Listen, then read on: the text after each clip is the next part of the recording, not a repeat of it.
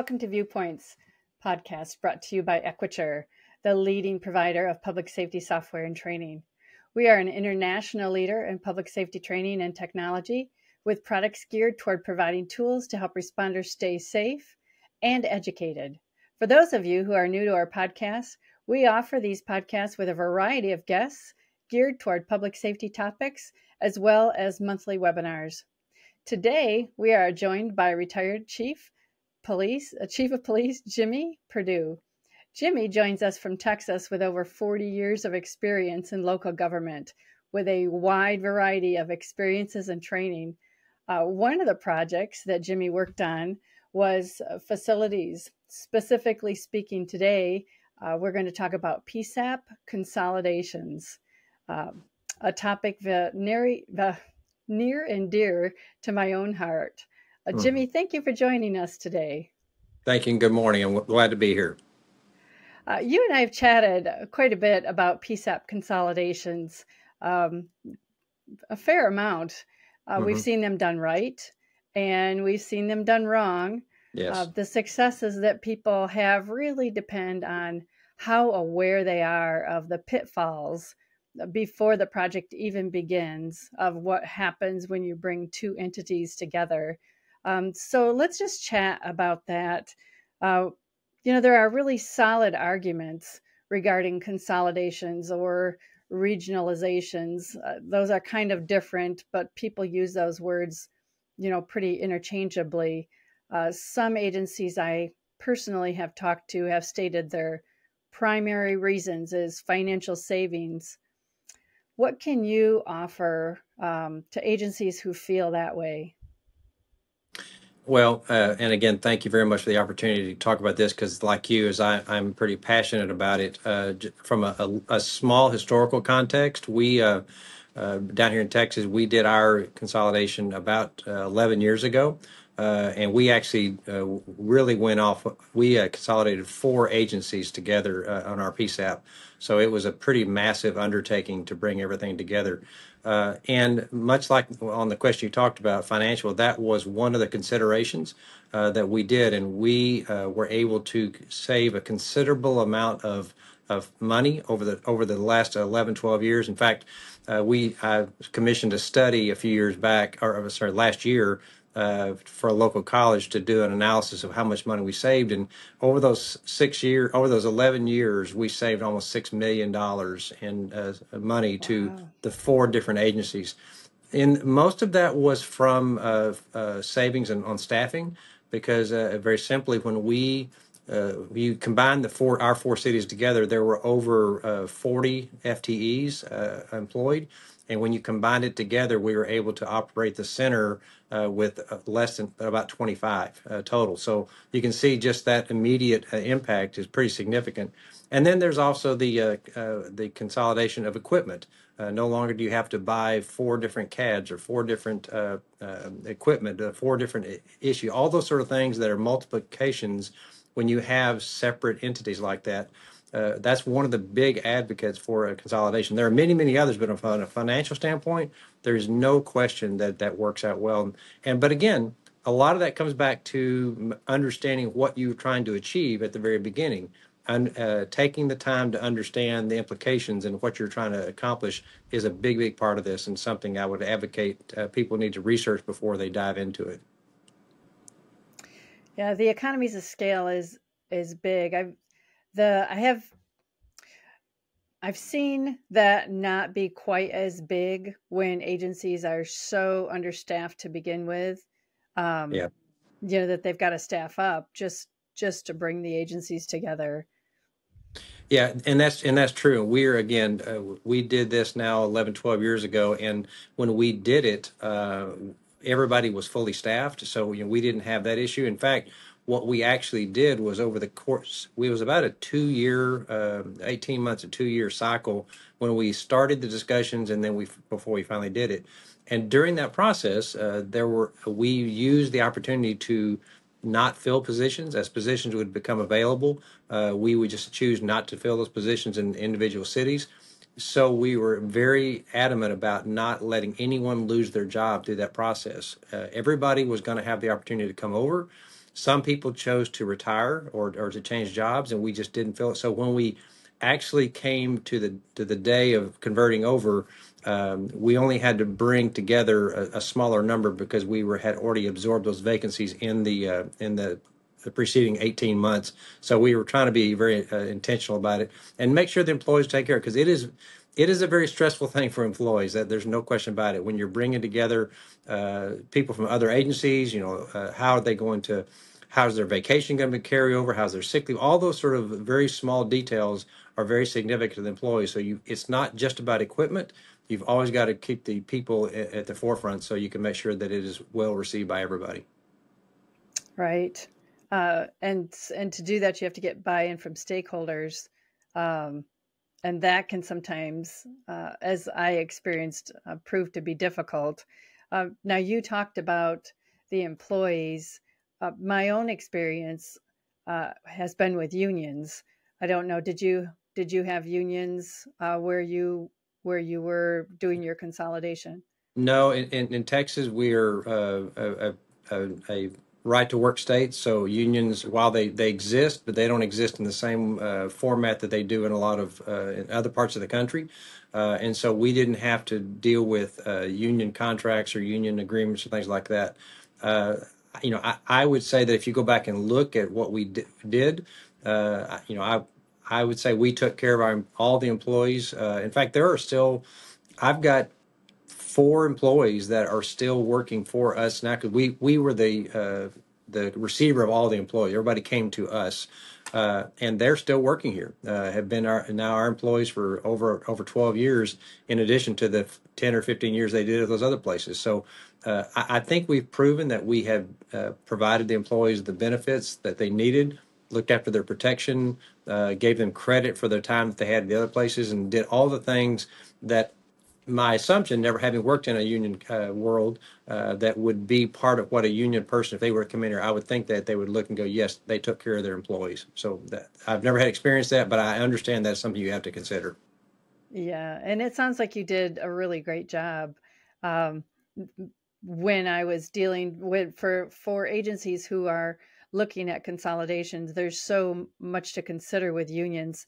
Um, what I've seen with unions is several different things. My first experience was the agency that I was with.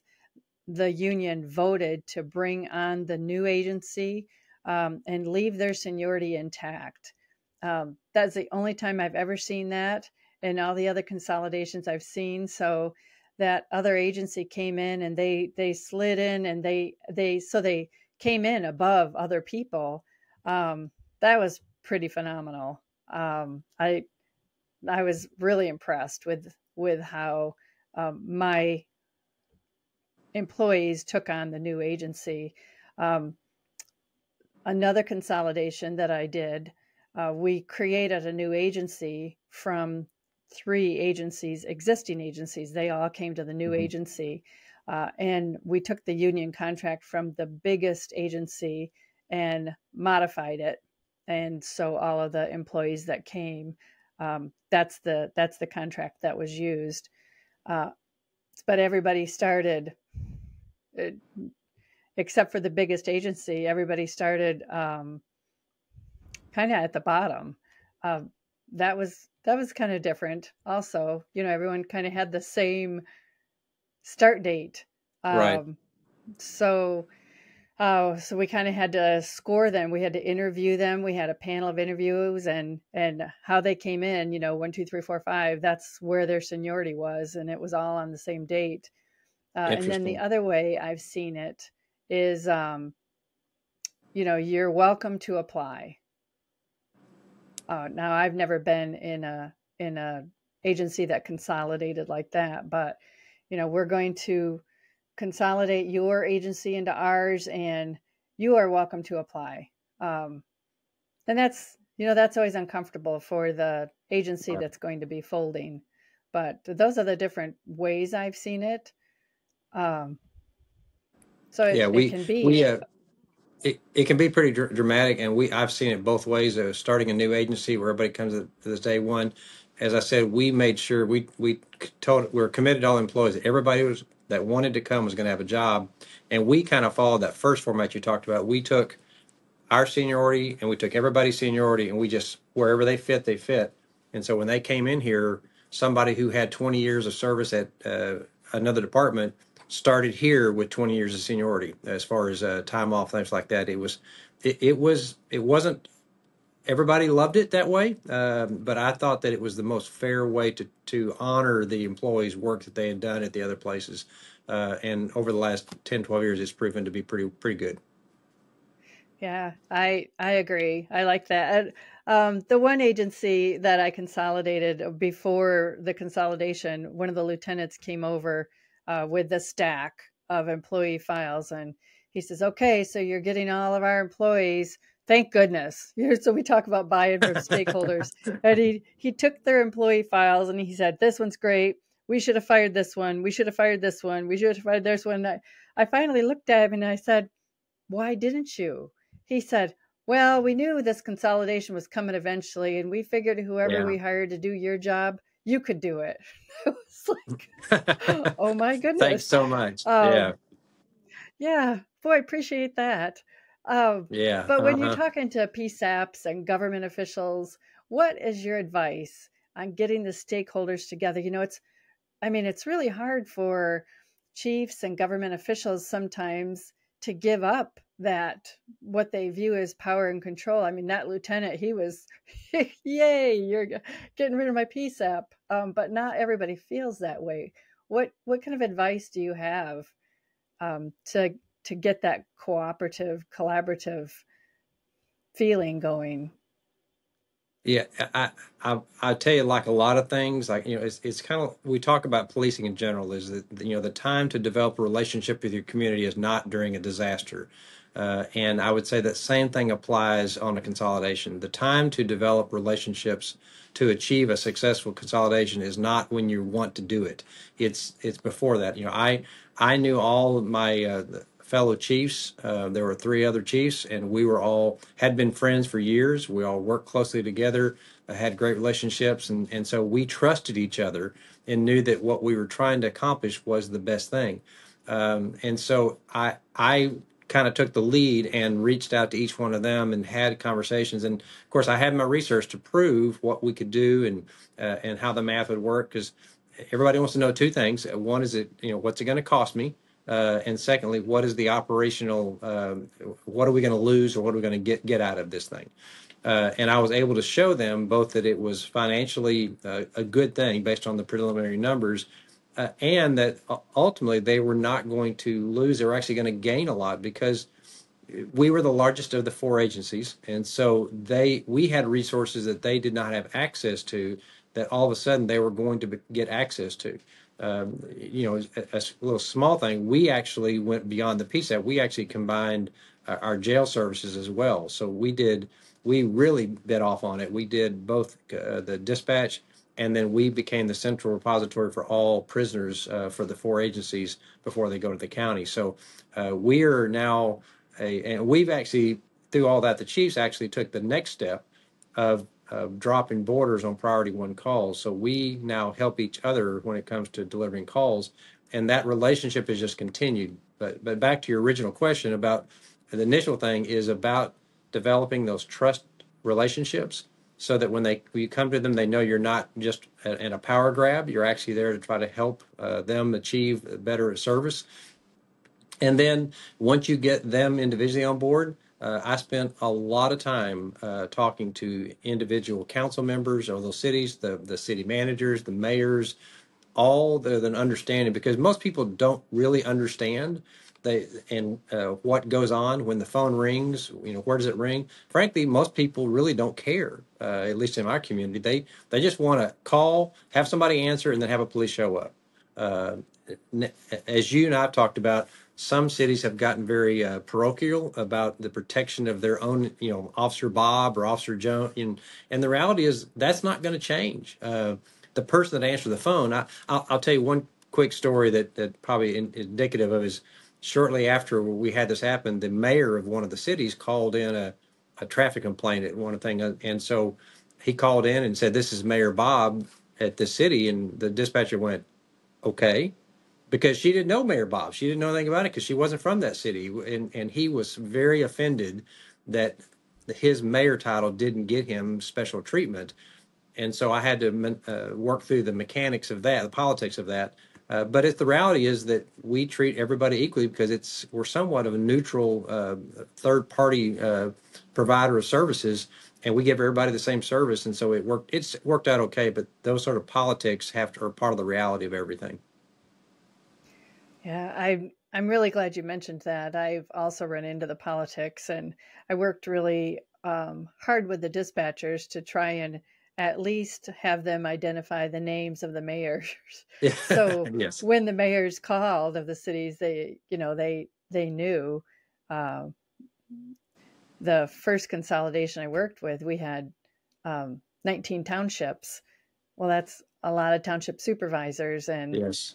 yeah, I finally just said, if someone calls and says they're a township supervisor, just say okay, Yeah. because learning all the names of the township supervisors, I mean, that's a lot of work.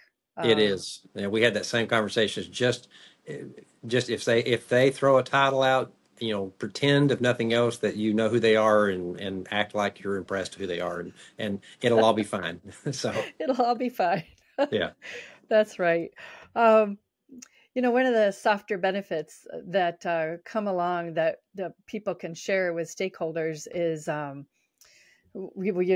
most people seem to be really concerned about money, the financial Mhm. aspect, but you put all these agencies together, and the dispatchers themselves are going to have more exposure to more calls. And so they're going to be better just because they have a higher call volume. And I don't think people always realize that, um, just that the dispatchers will be more efficient. No question about it. And again, one of the agencies that we combined is a relatively small community, about 7,000 population. And so those dispatchers that work there are just never going to be exposed or rarely be exposed to anything of any significance. And so when something does happen, and they always happen, and regardless of the size of the city, they're not overly prepared to handle it.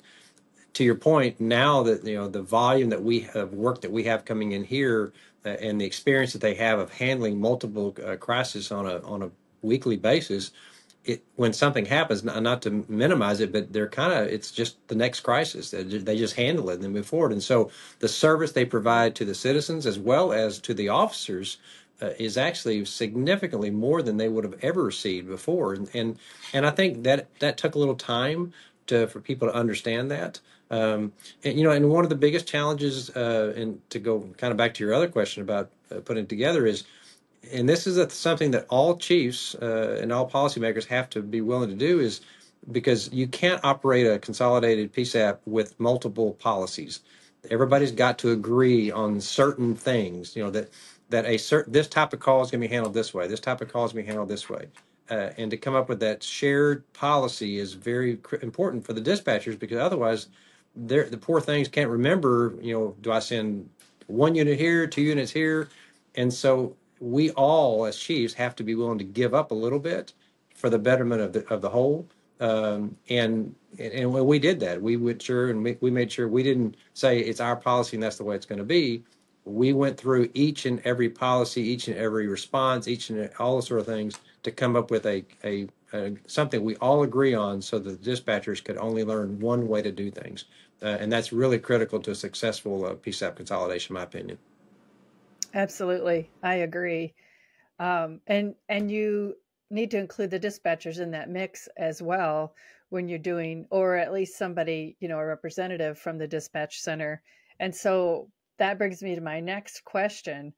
And as I said, we've seen consolidations go well, and we've seen them, Mhm, go mhm. bumpy. Um, Yes. the one of the consolidations that I was involved in, the city did not want to tell the dispatchers. In fact, the chief's comment was, "I'm not telling them, and I'm going to quit before I tell them." And he was all for it. he just didn't want them to know because, he treasured them and he Right. thought it would be hurtful to them. Uh, and he literally didn't tell them. Uh, Contract negotiations were already going on, uh, and their union business agent sent them a copy of the contract that they would be working under. And their union president was working, received it on the fax. That's how they found out. I mean, Wow. they'd heard the rumors, but they didn't know for sure. They found out on the fax machine, and that was just so wrong. That's That so is wrong. wrong. Yeah, Um, absolutely. but there's a fear when you're doing consolidations, when they should be brought into the mix, because if you bring them in too soon, well, is everyone going to quit? Um, so, I mean, I have a thought. I want to get your idea first. When should you bring your dispatchers and supervisors into the mix of a consolidation? To me, is earlier, the earliest possible would be my answer. Specifically, once you have buy-in from the people who make the decision makers, once you've got the chiefs and the city managers really that okay, yes, we're committed to moving forward with this process.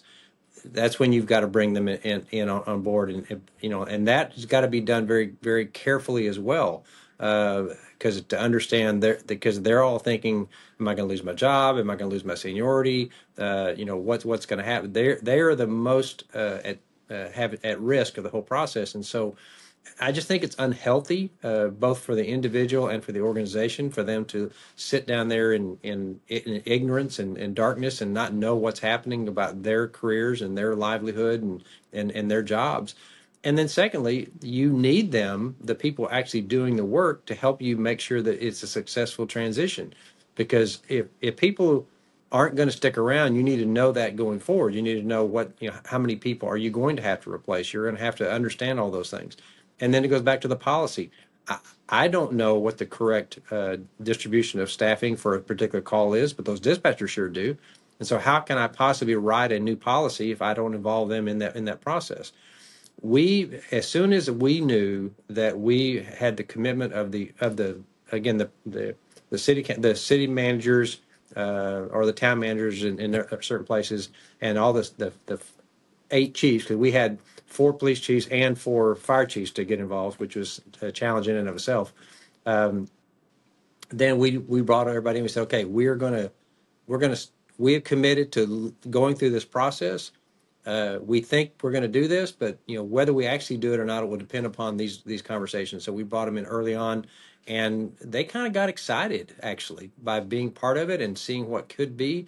And once we assured them that we were going to take care of all the employees, their time and stuff like that, then they got kind of excited about it all. And that's been 12 years ago, so it's worked out pretty good. And I agree with you, bringing them in. Um, when you bring them in, though, and assure them that they're going to have a job, because I think that's the scary thing. But Right. as it comes closer, having cross training occurring is pretty important. Um, having especially if you're consolidating, bringing an established dispatch center and you're bringing on a new agency, your established dispatch center, they need to see how that agency is being dispatched for. And sending dispatchers back and forth between the agencies really helps make that consolidation go smoother. Right. Yeah. And that's one of the other things that we did to help mitigate that is because dispatchers are very protective of their officers. It's one of the things I love about dispatchers in general. They look at them as their personal protection.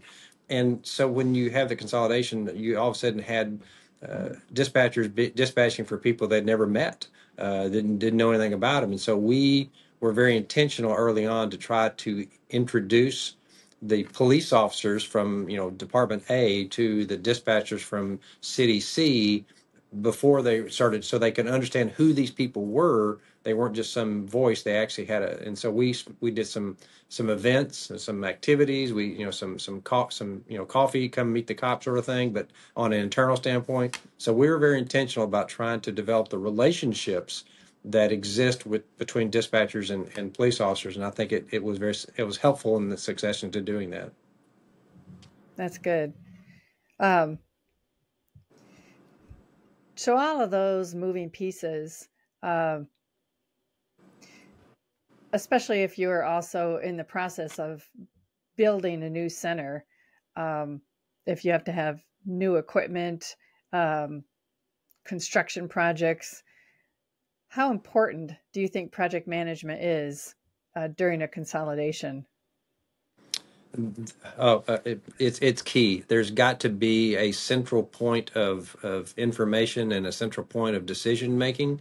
While again, in our case, there were 8 chiefs, so I had 8 different people that I had to deal with, but there was only one person who got to speak on behalf of the consolidation, and it was this case it was me and my lieutenant who were the point people of everything.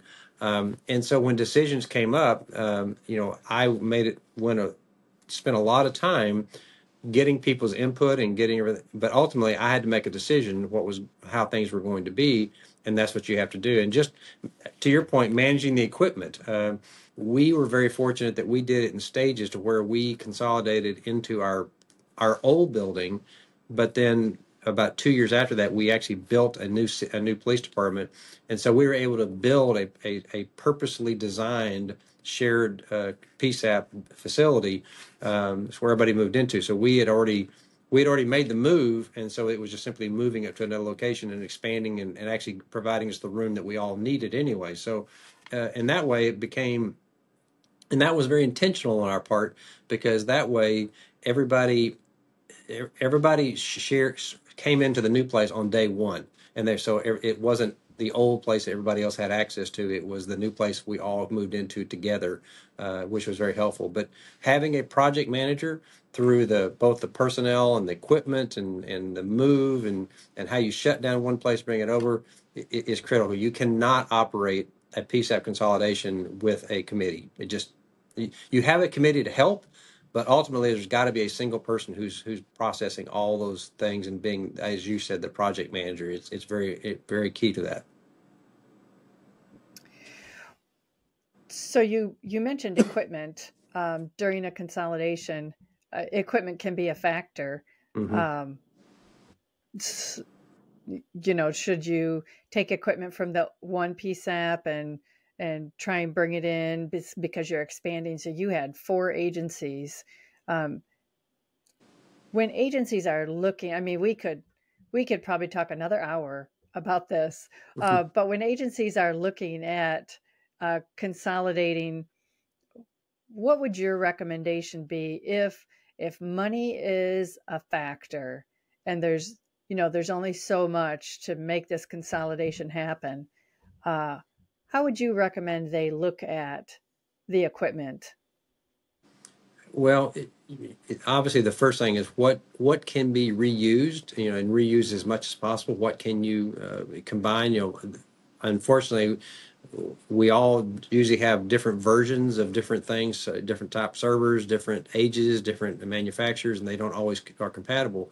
But that's one of the things that we did originally, was figure out, okay, let's put up a list of equipment that all 4 agencies have, and what can we use together? What can we bring over and share in those expenses, with the understanding that and that's the other issue. You've got to look at long term. Okay, so we're going to take a server from Department A and we're going to bring it over.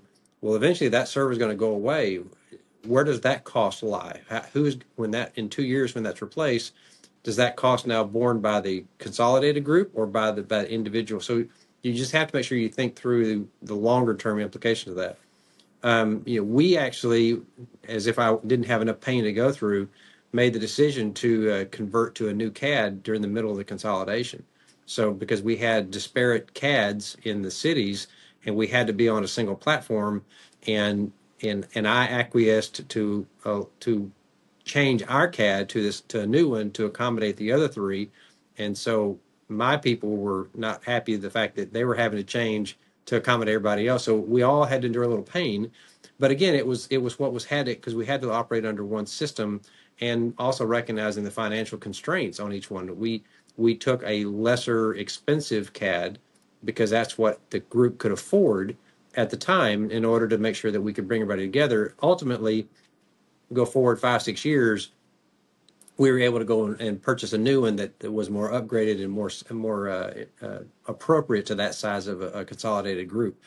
But we did it with both the equipment and the financial things together. We got to look at both things. You can't just say, well, we're the ones everybody's coming to, so you'll take what we give you and you'll like it.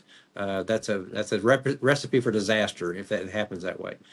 You've got to be able to give a little bit and work through that. But the equipment is very important. And I know in some places, like we do the same thing, is our local 911 provider was very happy that we were combining 4 PSAPs into one because it's a cost savings to them because now they don't have to replace that equipment. So they were actually willing to help us provide some additional equipment that they would have had to provide, but they were looking at it in the long term as well. They were actually going to save money by not having to provide it for 4 different agencies. And so we were able to upgrade our equipment at this consolidated place because of what their role as well. So looking for other avenues, other funding avenues, whether it be 911 centers. There's a lot of grants because consolidation is, I think, more people recognizing the value of it, and there are other grants out there to help with this process. It just you gotta kick every tire, turn over every rock to try to make sure you look at every option to try to make it successful in the long term. Right. Um, yeah, I have to laugh when you were talking about the CAD systems, um, and working with different agencies. Uh, and I and made me happy that you said you acquiesced and went to a different CAD system when we opened up our consolidation. So I was hired late in the whole process. We were scheduled to go live with the consolidation of the new agencies in December, and my first day was in November. So a lot of the things, except for hiring and policies, a lot of the equipment was already decided on. And they had decided that the fire department didn't like the CAD system that the law was using, and the law didn't want to give up the CAD system that they were using. So they decided they were going to have 2 CAD systems. Mm, And wow. so that was difficult for the dispatchers. you Yes, I know, bet. 911, what is the address of your emergency? So they made the decision they'd start on this CAD, and the CADs didn't talk to each other. And that went on for years till we finally decided, I was able to convince that we were getting delays in dispatch because the Yeah, I dispatchers bet. would start, they'd ask those first 2 questions. What's the address? What's your phone number? Tell me exactly what happened. Oh, wrong CAD. Now you have to re-enter all that information into the other CAD. Um, yeah, so I would never recommend that for No, anybody watching that's our podcast. Don't no. do it. No, it's got to be, and again, that goes back to thinking about the dispatchers. Ultimately, whatever else happens is all politics and policy, everything else. But the actual when that call, when that phone rings, how is a dispatcher going to safely and quickly dispatch police, fire, EMS, and how do you make them more efficient? And that every decision should be geared towards making their job as easy as it possibly can be. And once you take your ego out of it and focus on the employees and the delivery of service, the decisions become a lot simpler, frankly, because you look at it from the standpoint of what is best for the organization, best for the individual employee. Um, yeah, thank you. That's really good information. Um, One of the things I want to kind of go back a little bit, talking about project management. You said that you talk to the stakeholders.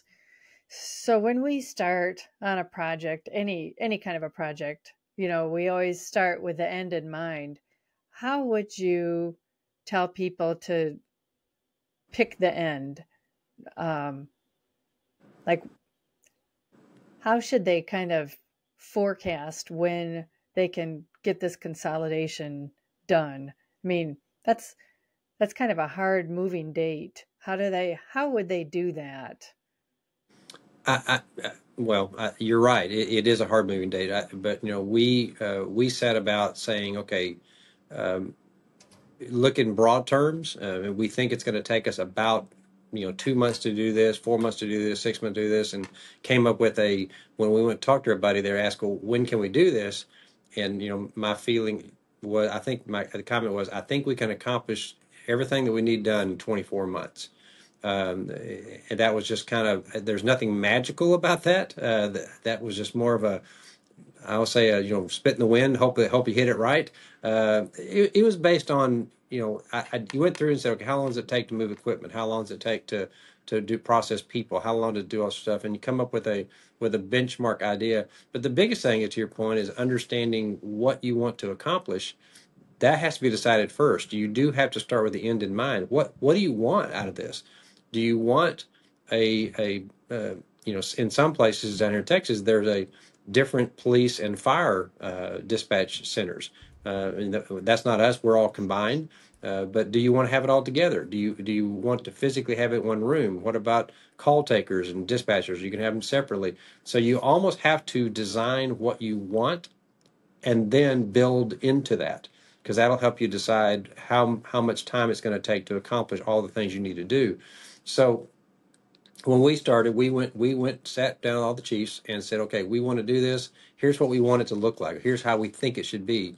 And we coalesced around a concept, and then we built the timeline based on accomplishing that concept. And so when I went to the decision makers, the city managers, the city councils, I had a timeline, a rough timeline based on what that's going to happen, because some of that also factors into financial constraints. Because if there is a monetary cost on anything, well, we all know budgets. We've got to make sure they align with the new budget years and the new money coming available and stuff like that. So Right. there's a lot of moving parts that come into that schedule. But you are right. I think it's very critical to have the end goal in mind. The other thing that does too is to go full circle back to the employees, which I tend to focus a lot on, is that gives them some concrete stability. They know when it's supposed to happen, give or take, and they don't have to. There's no fretting over it. It's going to happen in 24 months or 18 months, whatever the time frame is, and so they have unknowns are what drive employees crazy, in my opinion. They don't like to not know what's going to happen. Once you tell them, once you give them a time frame, once you explain to them, they'll get good with it. Even if they don't like it, they'll be okay. They'll understand it and move forward. But not knowing is critical to that. So yeah, I think that's a key component, is to have a plan, but know what you want to accomplish. It doesn't have to be exact. We changed a lot of things between our concept and our reality, but the baseline of a whole organization was about what we originally designed. In fact, I was very proud when we did the financial components of it. We presented to the chiefs. This is what we think it's going to be. This is how much money we think we're going to save. This is how much the people. We did all these calculations, and we missed it by 3% when we did it. So I was really proud of the analysis we did. So anyway, so it can be done. Yeah. And being able to, I think the best consolidations are when you can say, we're going to build a new building, or we're going to put the dispatch center in that building. We're going to, build it up and redo it from scratch. And, on this day, you get to move into your new building. And hey, by the way, what color would you like the floor? What color would you like and really involve the staff in those choices. Yep. That's really nice, because that's less invasive to their area. But people can't always do that. Right. And again, as I mentioned, in ours, we were fortunate as everybody came over to our old building. And so we had almost a two cycle. The first cycle was just coming together.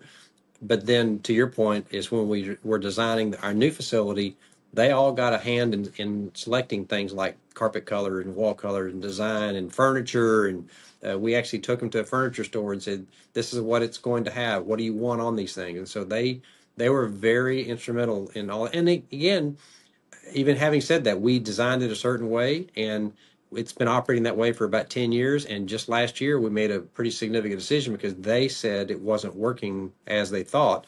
And we spent quite a bit of money to reorient the entire dispatch center to a more functional way. And they are so happy. And it was painful, and it wasn't cheap.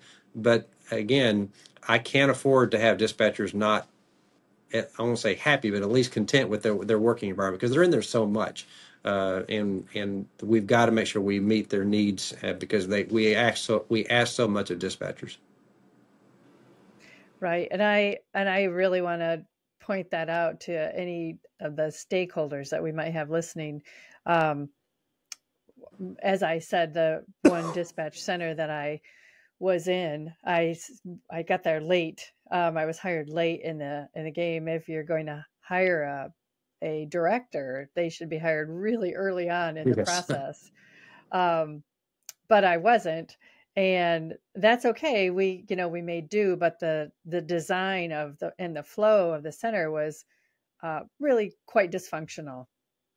Um, and so we were not even a month into the operations, into live dispatching, and the dispatchers are like, fix it, fix it, fix it. Yeah. And I said, well, I don't know. Our budget is, we were shoestring in those early days. And they said, Cherie, can we have a bake sale to get enough money? And I'm like, I'm going to take that to our board. So I took it to our authority board, and I said, uh, gentlemen, our dispatchers would like to have a bake sale so that we can buy another console and, set the dispatch center up right. And they were like, oh no, we're not doing that. And we had enough money. It was really an awesome authority board. They were very open, and they understood Yeah. uh, what we needed. So, for any That's funny. stakeholders that we have here, listen to your dispatchers. I mean, sometimes I know sitting in that room for 8, 10, 12 hours, we can get a little whiny, but not always. Sometimes we have really Yeah. good thoughts, but And even when um, they're whining, sometimes they're good ideas. So that's, that's so true. That's true. Um, Well, um, I mean, we could literally go on another hour, but I just want to touch on one more thing before we close today, and that's the whole issue of technology. You talked about your phone provider, but with Next Generation 911 and fiber coming into the phones, and just all of the technology that is coming, do you want a bricks and mortar PSAP? I mean, when you when you talk about what you want, when you're talking about regionalization or consolidation, where's your backup PSAP going to be? These are all topics that should be discussed in those very early days. Um, how do you think PSAP personnel stakeholders can best address the technology needs and be aware of it, both current and future, when they're trying to talk about a new agency, a consolidation?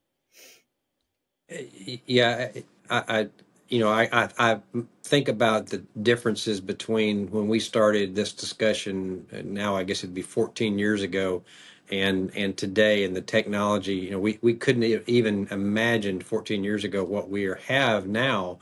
And so you do the best you can based on the predictions, and talk to the experts, and do your research, and see other places. And I went to a lot of classes. I listened to a lot of really smart people tell me where the future is going to be, and you try to do your best to design around what you think it may be, knowing full well that you're probably, you're good for about 5 or 6 years, and then it's going to change again after that. To your right, we changed from hard copper landlines to microwave and fiber connections, and we had no provisions for those because fiber didn't exist when we started. And so you have to try to anticipate from a constructability standpoint. I'll tell you one of the key things is extra piping into your brick and mortar facility.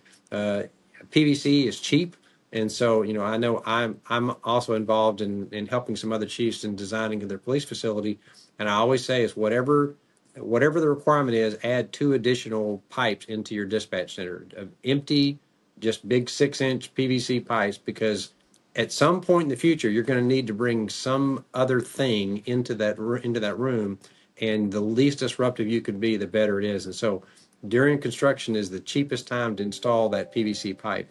And so, in trying to anticipate those sort of things, you like most good dispatch centers, raise flooring so that you can move the floor out of the way, redo the cabling, and then put it back without having to tear up anything below the structure is really key. So modular furniture, so that the modular furniture can be moved and configured in different ways, kind of like what we did. Is while we had an expense, it really was just a 180-degree orientation flip. But the furniture itself is modular, so we were able to do that pretty well. And so trying to build in as much flexibility into your technology and into your design as you possibly can will help you be successful in the future, even though full well that things are going to change and something's going to come up that you couldn't have even anticipated. We when we built our building, we built an antenna array for all the antennas and different things up there, and I candidly thought that the architect had grossly overdone it, that it was huge. We didn't need it. It was full on day one with all the stuff that had to go in there. And so we've had to go back. And so I just would say to anybody, you've got to just listen to the experts, talk to people who've done it, and then try to build in some kind of N+1, so to speak. If you have a need, think about adding something else for future growth going forward, because there's going to be a lot of technology changes. And then the other side of that, a lot of the technology is becoming smaller. And so you may actually pick up more space that you didn't anticipate. Usually it rarely works that way, but it does sometimes to bring stuff in. And so it's difficult to do, particularly with the speed by which things are happening. And then that's the last comment I would make, is going back to listening to the dispatchers. Everybody wants the highest, the best, greatest technology they saw at the recent show. And it's CADs are expensive, radios are expensive, and so we're always going to be behind the curve. We're always going to be buying the next obsolete thing, and so you just have to kind of accept that and do the best you can going forward. Right. Wow. Well, it's been great talking to you today, Jimmy, and thank you for all your advice. You bet. Glad to help. And I believe in consolidation. I believe it is the future of dispatching around the country, because we are not gaining our staffing like we need to. We've got to look at different ways of doing things, and having these repeating sort of agencies all over the place is just not efficient. And I think we as policing should do a better job of taking care of our taxpayers' money, and I believe consolidation is a big part of that. So I'm glad to help. Whatever I can do for anybody that needs any help, be glad to do that for them. That's great. All right, that'll do it for us today. Thank you so much for joining us. Be sure to check out our other podcasts that we have available. And everyone out there, be safe. Have a great day.